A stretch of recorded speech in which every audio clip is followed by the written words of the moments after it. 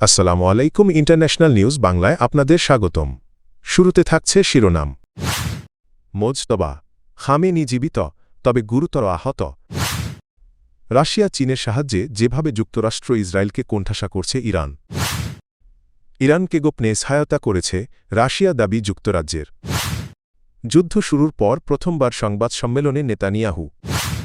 ইরানের বিদ্যুৎ কেন্দ্রে হামলা হলে পুরো অঞ্চল অন্ধকারে ডুবে যাবে। ইরানের নতুন সর্বোচ্চ নেতা আয়াতুল্লাহ মোজতবা খামেনি জীবিত আছেন, তবে তিনি গুরুতর আহত, এমন ধারণা প্রকাশ করেছেন যুক্তরাষ্ট্রের প্রেসিডেন্ট ডোনাল্ড ট্রাম্প। যুক্তরাষ্ট্র ও ইসরায়েলের সঙ্গে ইরানের যুদ্ধ শুরুর প্রথম দিনই মোজতবা খামেনির বাবা এবং দেশটির সাবেক সর্বোচ্চ নেতা আয়াতুল্লাহ আলী খামেনি নিহত হন।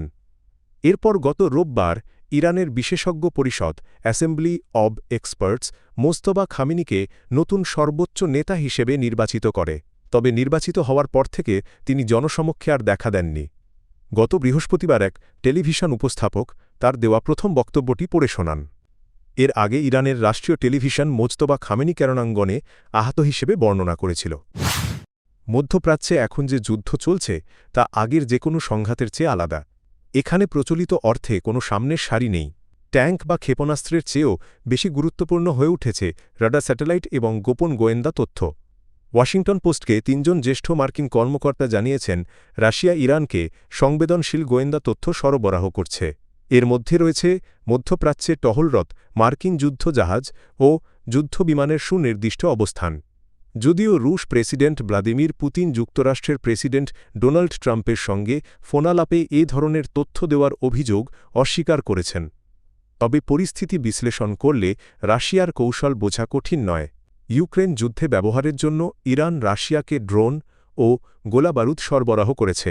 অন্যদিকে যুক্তরাষ্ট্র ইউক্রেনকে রুশ বাহিনীর অবস্থান সম্পর্কে লক্ষ্য নির্ধারণী তথ্য দিয়েছে।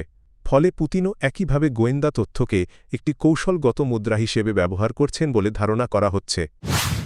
যুক্তরাজ্যের প্রতিরক্ষামন্ত্রী জন হিলি বলেছেন, যুক্তরাষ্ট্র ও ইসরায়েলের সঙ্গে সংঘাতে ইরানের ড্রোন হামলার কৌশলের পেছনে রাশিয়ার প্রভাব থাকতে পারে। তার মতে সব কৌশলের পেছনে রাশিয়ার প্রেসিডেন্ট ভ্লাদিমির পুতিনের গোপন ভূমিকা থাকতে পারে বলে ধারণা করা হচ্ছে। বার্তা সংস্থা এএফপির বরাতে এ তথ্য জানিয়েছে পাকিস্তানি সংবাদ মাধ্যম দ্য ডন। ব্রিটিশ প্রতিরক্ষামন্ত্রী জানান, গত ১ মার্চ সাইপ্রাসে যুক্তরাজ্যের RAF আক্রতিরি বিমান ঘাঁটিতে আঘাত হানা একটি ইরানি ড্রোন পরীক্ষা করে দেখা হচ্ছে। এতে রাশিয়া বা অন্য কোনো বিদেশি দেশের যন্ত্রাংশ বা প্রযুক্তি ব্যবহারের প্রমাণ আছে কি না তা খতিয়ে দেখা হচ্ছে।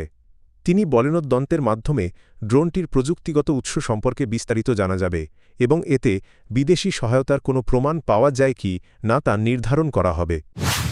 ইসরায়েলের প্রধানমন্ত্রী বেনিয়ামিন নেতানিয়াহু দাবি করেছেন, যুক্তরাষ্ট্রের সঙ্গে যৌথভাবে ইরানের বিরুদ্ধে যুদ্ধ চালিয়ে যেতে গিয়ে তার দেশ এখন আগের যে কোনো সময়ের চেয়ে বেশি শক্তিশালী হয়ে উঠেছে। খবর আল জাজিরার।